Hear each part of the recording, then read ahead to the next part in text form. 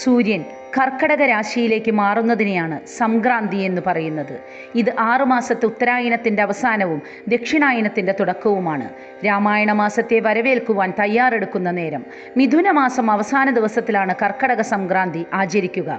കർക്കടകം രാശിയിലേക്ക് സൂര്യൻ പ്രവേശിക്കുന്ന സമയമാണ് കർക്കടക സംക്രാന്തി. ഈ ദിവസത്തോടനുബന്ധിച്ച് ഒട്ടേറെ ആചാരങ്ങൾ കേരളത്തിൽ പുലർത്തിപ്പോന്നിരുന്നു. കർക്കടക സംക്രാന്തിക്ക് മുൻപ് വീടും പരിസരവും വൃത്തിയാക്കി ചേട്ടാഭഗവതിയെ പുറത്താക്കി ശ്രീഭഗവതിയെ അകത്ത് പ്രതിഷ്ഠിക്കണം. കർക്കടകം 1 രാവിലെ ദശപുഷ്പങ്ങൾ വെച്ച് ശ്രീഭഗവതിയെ വീട്ടിലേക്ക് എതിരേൽക്കും. രാവിലെ കുളിച്ച് വീട് വൃത്തിയാക്കി വിളക്ക് കൊളുത്തി കിണ്ടിയിൽ വെള്ളവും തുളസിയും താലത്തിൽ ദശപുഷ്പങ്ങളും വാൽക്കണ്ണാടിയും രാമായണവും പുതുവസ്ത്രവും വയ്ക്കണം. വൈകിട്ട് ഇതെടുത്തു മാറ്റും. കർക്കടകത്തിൽ എല്ലാ ദിവസവും ഇത് തുടരും. രാമായണ വായന പൂർത്തിയാവുന്നതോടെ ഈ ആചാരം സമാപിക്കുകയും ചെയ്യുന്നു. ചേട്ടാപ്പുറത്ത് ശ്രീവോതി അകത്താക്കുന്നതിന് കർക്കടകത്തിലെ പ്രധാന ചടങ്ങാണ്. സംക്രമത്തിൻ്റെ തലേ ദിവസം വീടിൻ്റെ അകവും പുറവും പറമ്പും മുഴുവൻ വൃത്തിയാക്കണം.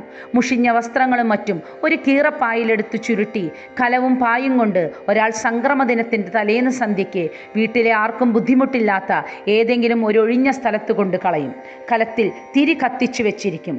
അശ്രീകരത്തിൻ്റെ പ്രതീകമാണ് പായും കലവും. ചേട്ടാ ഭഗവതിയാണ് അശ്രീകരം. ചേട്ടയെ കളയൽ എന്നാണ് ഈ ചടങ്ങിൻ്റെ പേര്. ചേട്ടയെ കളയുന്ന ആൾക്ക് ഇത് കഴിഞ്ഞ് കുളിച്ചു വന്നാൽ ഒരു കോടി മുണ്ട് കൊടുക്കും. തറവാട്ടിലെ കാരണവത്തിയാണ് ഇത് നൽകുക. കർക്കടകം മുഴുവൻ ചീബോതിക്ക് വെക്കൽ എന്നൊരാചാരമുണ്ട്. കർക്കടക സംക്രാന്തി പ്രതീക്ഷയുടെ ഉത്സവമാണ്.